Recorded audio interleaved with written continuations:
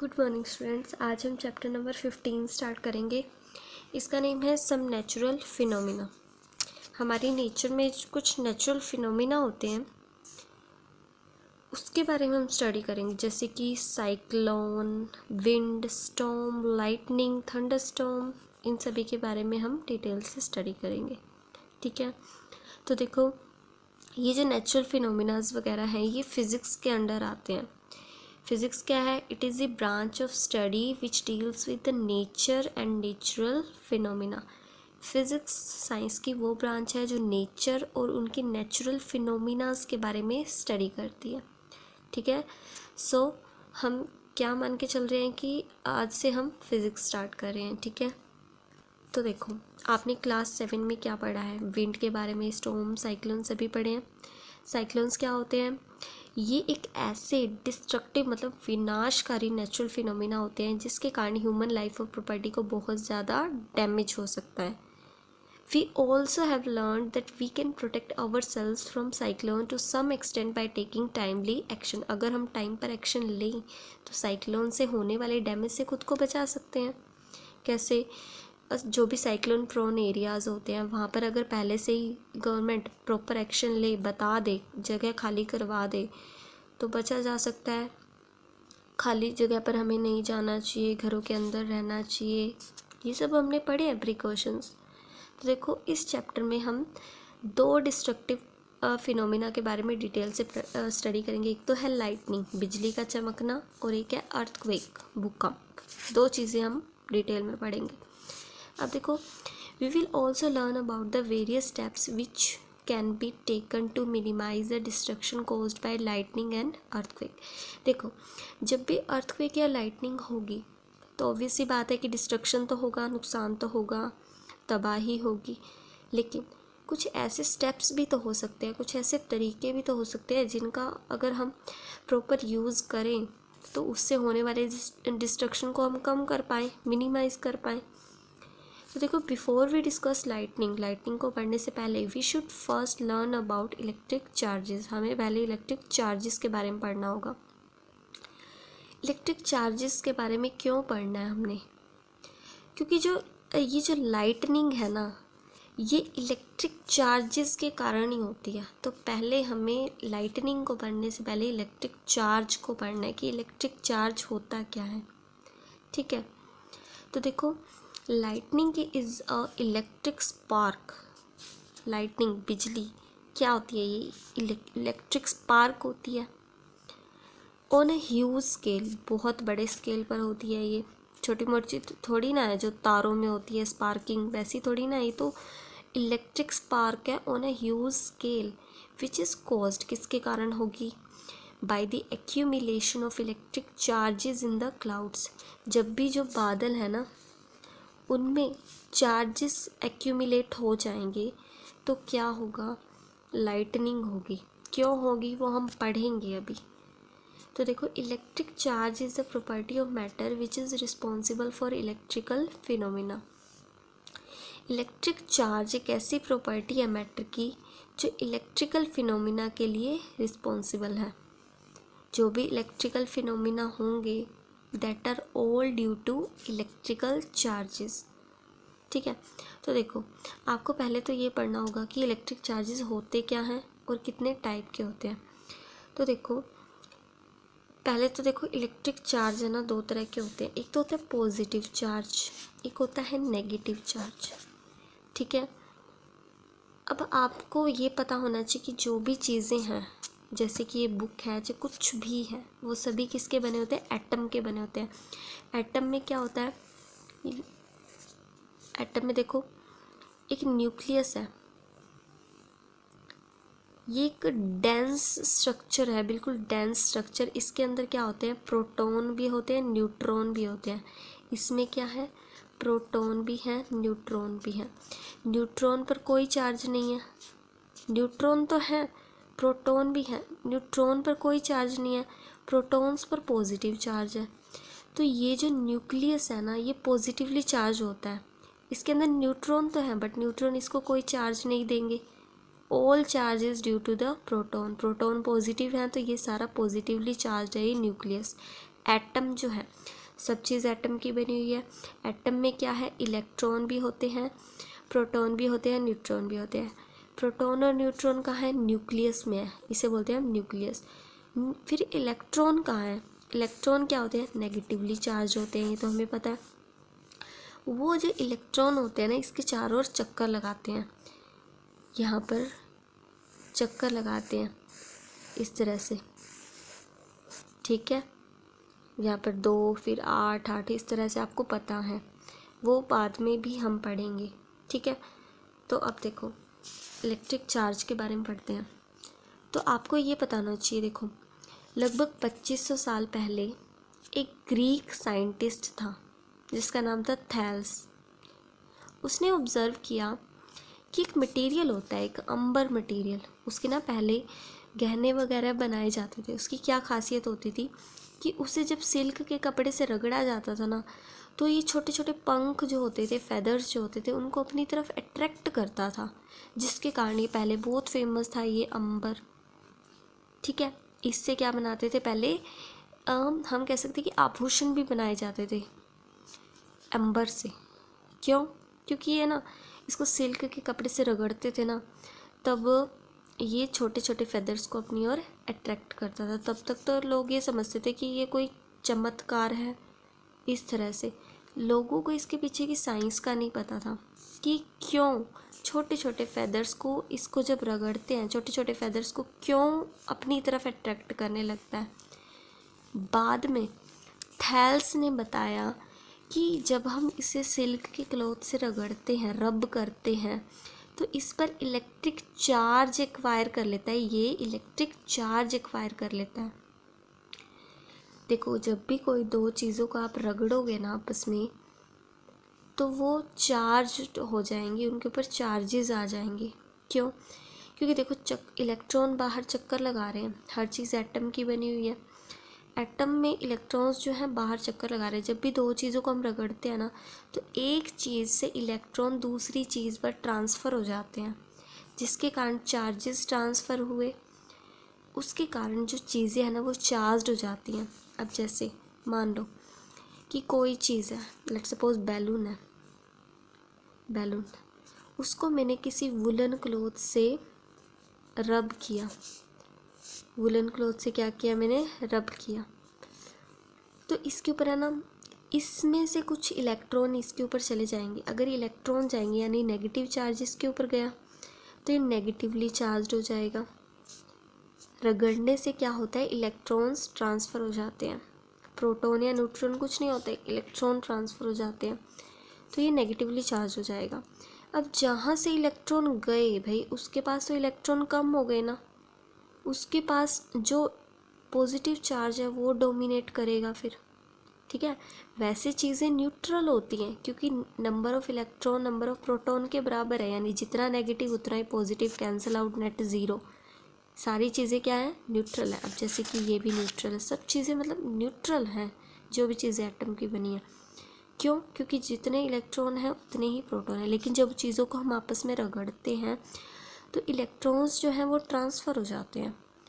अगर electrons transfer हो जाएंगे तो जिस पर गए इलेक्ट्रॉन वो तो नेगेटिव चार्ज आ गया उसके ऊपर, और जिससे गए, अब वुलन क्लॉथ से गए तो इलेक्ट्रॉन तो कम हो गए, पॉजिटिव चार्ज ज़्यादा हो गया, यानी ये क्या हो गया, पॉजिटिवली चार्ज्ड, और ये क्या हो गया, नेगेटिवली चार्ज्ड, ठीक है। तो देखो थैल्स ने बताया कि जो अंबर मटेरियल है, जब उस पर सिल्क के कपड़े से रब किया जाता है तो वो इलेक्ट्रिक चार्ज एक्वायर कर लेता है। उसी इलेक्ट्रिक चार्ज के कारण जो फोर्स ऑफ अट्रैक्शन है वो छोटे छोटे फेदर्स पर लगता है। अब वो क्यों लगता है वो हम पढ़ेंगे। अब आपने ये एक्टिविटी भी देखी होगी, जब आप कंघी करते हो, जब आपके बाल सूखे होते हैं, कंघी करते हो आप, तो वो क्या होता है, आपने देखा होगा कि जब आप इस कॉम्ब को, प्लास्टिक की कॉम्ब, ठीक है, किसी मटेरियल मेटल वगैरह की नहीं बनी होनी चाहिए, जब प्लास्टिक की कॉम्ब को जब आप गीले बालों में करते हो कंघी, तो उसके ऊपर है ना चार्ज आ जाता है, क्योंकि आप उसको अपनी स्कैल्प के साथ, बालों के साथ रब कर रहे हो ना, तो इसके ऊपर चार्ज आ जाएगा। इसको जब आप छोटे छोटे कह सकते हैं कि हम कागज़ के टुकड़ों के पास लेके जाओगे, जो न्यूट्रल है मतलब चार्ज तो इस पे आया ना, वो तो न्यूट्रल है, लेकिन जब उसके पास आप लेके जाते हो ना इस चार्ज्ड कॉम्ब को, तो ये छोटे छोटे कागज़ के पीसेस को अट्रैक्ट करने लगती है। ठीक है, तो देखो, we rub a plastic comb with a dry hair. जब हम हमारे सूखे बालों के साथ प्लास्टिक की कॉम्ब को रब करते हैं and bring it near tiny pieces of paper, और इस कॉम्ब को हम छोटे छोटे कागज़ के टुकड़ों के पास लेके जाते हैं, तो हम देखते हैं कि कॉम्ब जो है वो छोटे छोटे पेपर के पीसेस को अपनी तरफ अट्रैक्ट कर लेती है, जिसके कारण, उस फोर्स ऑफ अट्रैक्शन के कारण, जो छोटे छोटे पीसेस हैं वो इस कॉम्ब पर क्या हो जाते हैं, चिपक जाते हैं, स्टिक हो जाते हैं। Actually when we rub the plastic comb with our dry hair, क्यों हुआ ऐसा? क्योंकि जब हमने अपने ड्राई हेयर के साथ कॉम्ब को रब किया, तो जो प्लास्टिक कॉम्ब है ना वो इलेक्ट्रिकली चार्ज हो गई ड्यू टू फ्रिक्शन। देखो, जो भी चीज़ों को हम रगड़ेंगे आपस में, उनके बीच में फोर्स ऑफ फ्रिक्शन एक्ट होता है, हमने देखा था।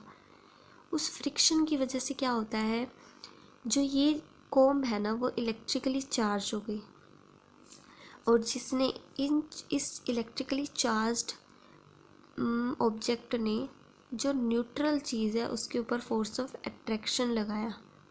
ठीक है, इसी तरह से जब भी आप किसी पेन को, जो प्लास्टिक का बना हुआ है, इसको बार बार किसी पेपर की शीट के साथ रब करोगे ना, अब पॉलीथीन के साथ रब करके देखना। ठीक है, इसके अंदर की रिफ़िल निकालना, पॉलीथीन के साथ इसे बार बार 1-2 मिनट तक रब करना, फिर छोटे छोटे, बिल्कुल छोटे छोटे पीसेस कागज़ के लेना और उसके पास लेके जाना उस रिफ़िल को। ठीक है, तो वो उसको अट्रैक्ट कर लेगा। क्यों? क्योंकि हमने रिफ़िल को जब रगड़ा ना, तो वो इलेक्ट्रिकली चार्ज हो गई। ठीक है, और फिर उसने उस छोटे छोटे पेपर के पीसेस पर अपना फोर्स ऑफ अट्रैक्शन लगाया और उसे अपनी तरफ अट्रैक्ट कर लिया। एक ऐसा ही एग्जाम्पल है बैलून का। जब किसी इन्फ्लेटेड रबर बैलून को, इन्फ्लेटेड मतलब फुलाए गए रबर के बैलून को, जब आप किसी वुलन के क्लॉथ के साथ रब करते हो और फिर उसे रब कर दिया आपने, तो वो जो बैलून है ना वो कैसा हो जाएगा, नेगेटिवली चार्ज हो जाएगा। जब आप किसी वॉल के पास, दीवार के पास उसे टच करवाओगे ना, तो ये बैलून है ना उसके साथ चिपक जाएगा, क्योंकि वॉल को तो हमने रब नहीं करवाया ना, वो तो न्यूट्रल है, उसके ऊपर तो कोई चार्ज नहीं आया। लेकिन ये क्या करेगा, उसके साथ चिपक जाएगा, यानी अपने चार्ज्ड होने के कारण ये उस न्यूट्रल बॉडी को क्या करेगा, न्यूट्रल बॉडी पर अपना फोर्स ऑफ अट्रैक्शन लगाएगा, जिसके कारण वो स्टिक हो जाएगा, स्टिक ऑन द वॉल। ठीक है, तो ये जो सारे फिनोमिना है ना, ये सब किसकी वजह से, चार्जेस की वजह से। ठीक है, तो देखो, इन सभी चार्जेस को हम बोलते हैं स्टेशनरी चार्जेस या फिर स्टैटिक इलेक्ट्रिक चार्जेस, क्योंकि ये ना मूव नहीं करते ये चार्जेस, इसलिए इन्हें बोलते हैं हम स्टैटिक इलेक्ट्रिक चार्जेस या फिर द चार्जेस एट रेस्ट। ठीक है, तो इस चैप्टर में हमने स्टैटिक इलेक्ट्रिक चार्जेस के बारे में ही पढ़ना है। तो देखो, पहले तो हम पढ़ते हैं अनचार्ज्ड और फिर पढ़ेंगे चार्ज ऑब्जेक्ट के बारे में। अनचार्ज मतलब जिन पर कोई चार्ज नहीं है, चार्ज मतलब जिन पर चार्ज आ गया, चाहे पॉजिटिव आए चाहे नेगेटिव आए।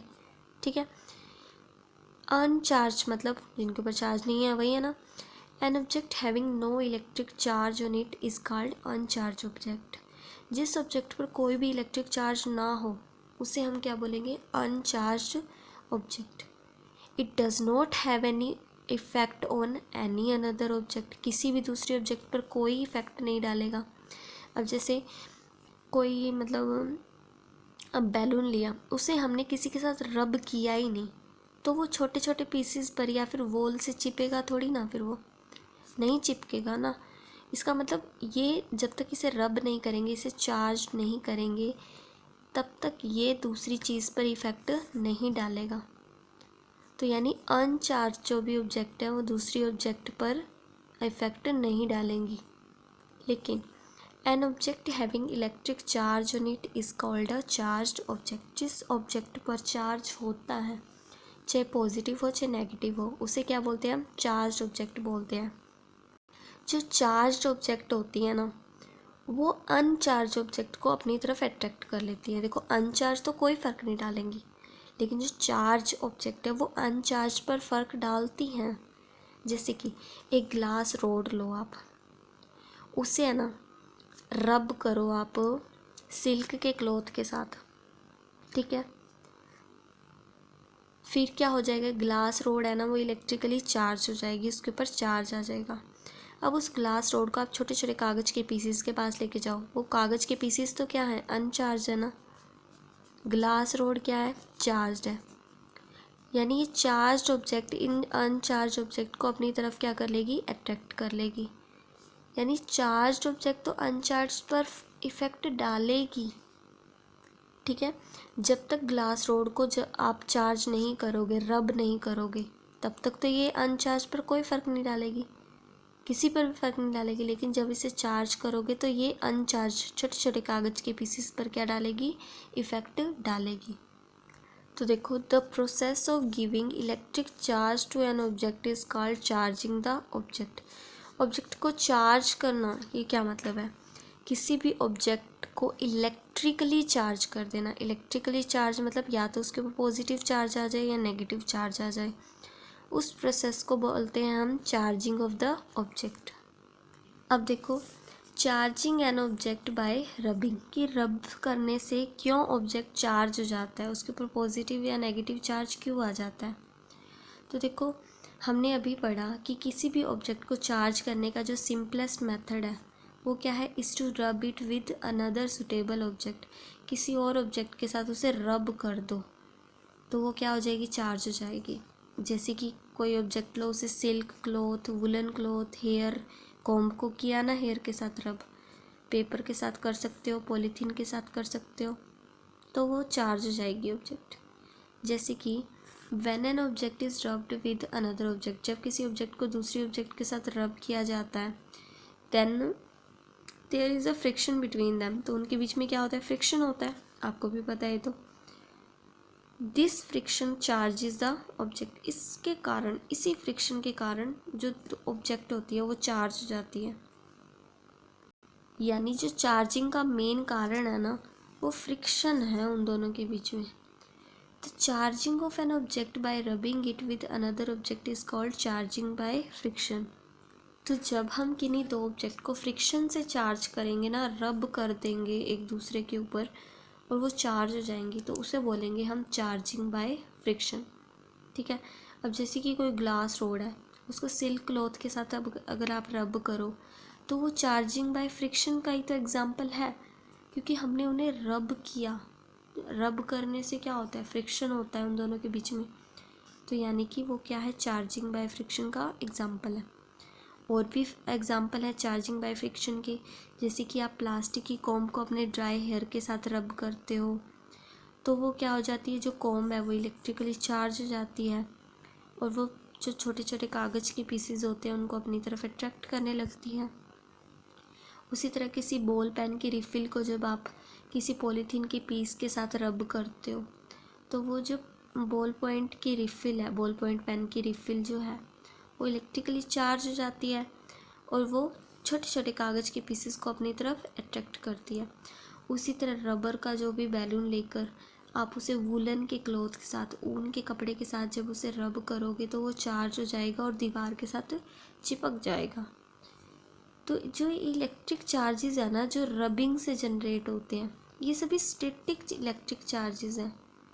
ये है ना उसी चार्ज ऑब्जेक्ट पर ही रहते हैं, ऐसे नहीं है कि वो मूव करके कहीं और चले जाएंगे। अब जैसे बैलून है, अगर मैंने इसे वुलन क्लॉथ्स के साथ रब किया तो ये नेगेटिवली चार्ज हो जाएगा।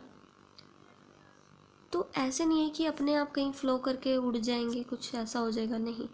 जब तक मैं इन्हें नीचे ना गिरा दूँ तब तक ये इसी के ऊपर रहेंगे, स्टैटिक ही रहेंगे, ठीक है। They do not move by themself, जब तक इन्हें मूव ना करवाया जाए तब तक ये मूव नहीं करते, ठीक है। तो ये क्या होते हैं? स्टैटिक इलेक्ट्रिक चार्जेस होते हैं। अब देखो एक पॉइंट और, जब भी आप किसी चीज़ को रब करवाओगे ना तो आप कोई कंडक्टर नहीं ले सकते।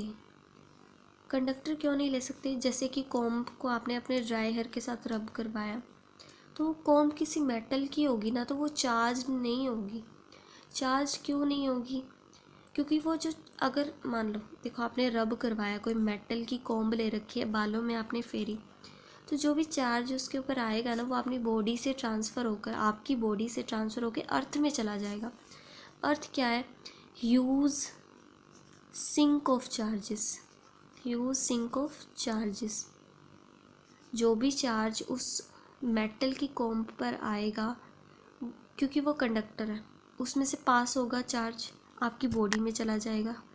आपकी बॉडी से कहाँ चला जाएगा? अर्थ में, क्योंकि अर्थ जो है ना बहुत बड़ा सिंक है चार्जेस का, कितना ही चार्ज डाल दो इसके अंदर, ठीक है, ह्यूज सिंक ऑफ चार्ज है।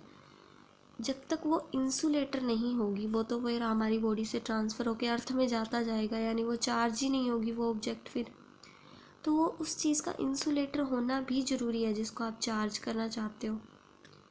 इंसुलेटर होने का क्या फ़ायदा होगा? जो चार्ज उसके ऊपर आएगा वो उसी के ऊपर ही रहेगा, आपकी बॉडी से ट्रांसफ़र होकर अर्थ में नहीं पहुंच जाएगा वो।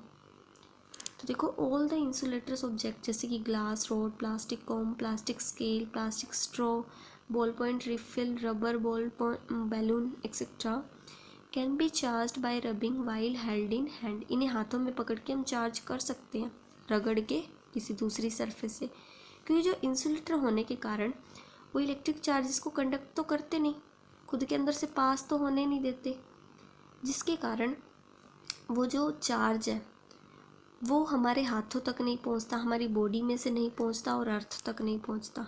लेकिन अगर वो कंडक्टिंग ऑब्जेक्ट हुई तो वो क्या करेगी? इलेक्ट्रिक चार्ज को क्या करेगी? वो कंडक्ट करेगी।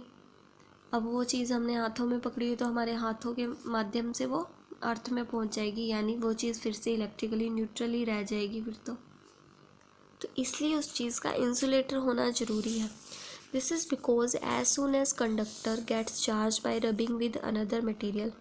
जैसे कि हमने कोई कंडक्टर लिया, उसे दूसरी मटेरियल के साथ रब करके उसको चार्ज किया, तो जो इलेक्ट्रिक चार्ज प्रोड्यूस होगा उसकी सरफेस पे वो हमारे हाथों में से फ्लो होकर अर्थ तक पहुंच जाएगा, हाथों में जाएगा, बॉडी में जाएगा, अर्थ में पहुंच जाएगा, ठीक है। लेकिन अगर कोई इंसुलेटर ऑब्जेक्ट होगा, इंसुलेटर कोई कॉम्ब है मान लो, तो वो अपने अंदर में से तो पास होगा नहीं ना, उसके ऊपर जो भी चार्ज है पॉजिटिव नेगेटिव वो इसी के ऊपर ही रह जाएगा, ठीक है ना, यानी स्टैटिक चार्ज इसके ऊपर रहेगा। लेकिन इंसुलेट उस कंडक्टर अपने आप में से कंडक्ट करवा के हमारी बॉडी के माध्यम से अर्थ में भेज देगा।